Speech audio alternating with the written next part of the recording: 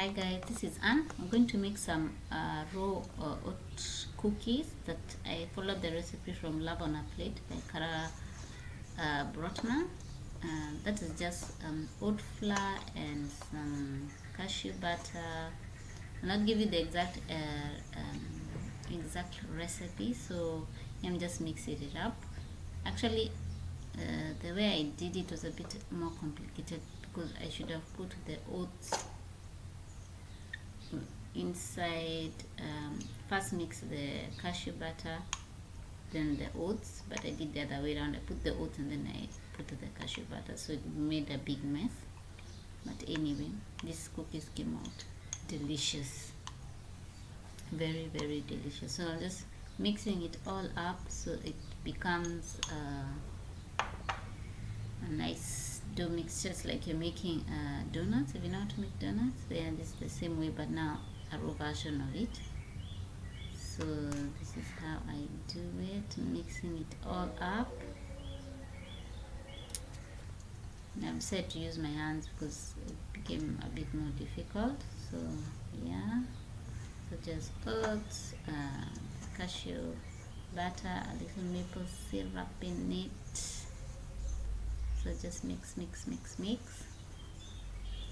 Her recipes are very simple, basically just a few ingredients, 5 to 6 ingredients, in you making some delicious stuff. I would never have thought of doing that. Even though I thought you could eat oats raw, funny enough, until I decided, let's just try. Sometimes you just try stuff. So this is really good.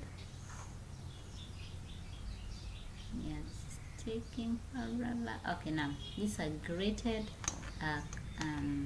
apples. I grated them and then I stayed too long, then they started turning brown, which is not a good idea. So next time I'm going to make sure I immediately I mixed everything up, then I grate the apples, because apples they oxidize very fast. So just grate them nicely, and I'll give you this right amounts. I'll put a link for the where you can get the book if you're interested in this recipe. Her recipes are simple, not many ingredients, so simple you'll be like, oh, why have I been following such recipes with so many stuff. Then you're going to crush some nuts just to give it that nice flavor. I use the food processor. As you can see, it's from the food processor.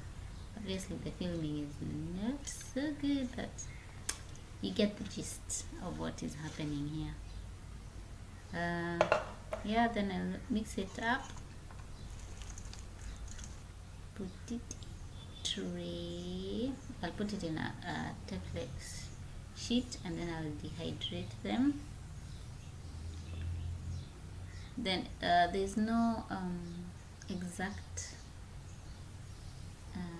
size of how you want your oat cookies to look like. It's just, I was just winging it, to be honest. Here it's just a matter of winging it. So yeah, I fast forwarded it so that it is quick. You can see it. You'll see basically very few ingredients.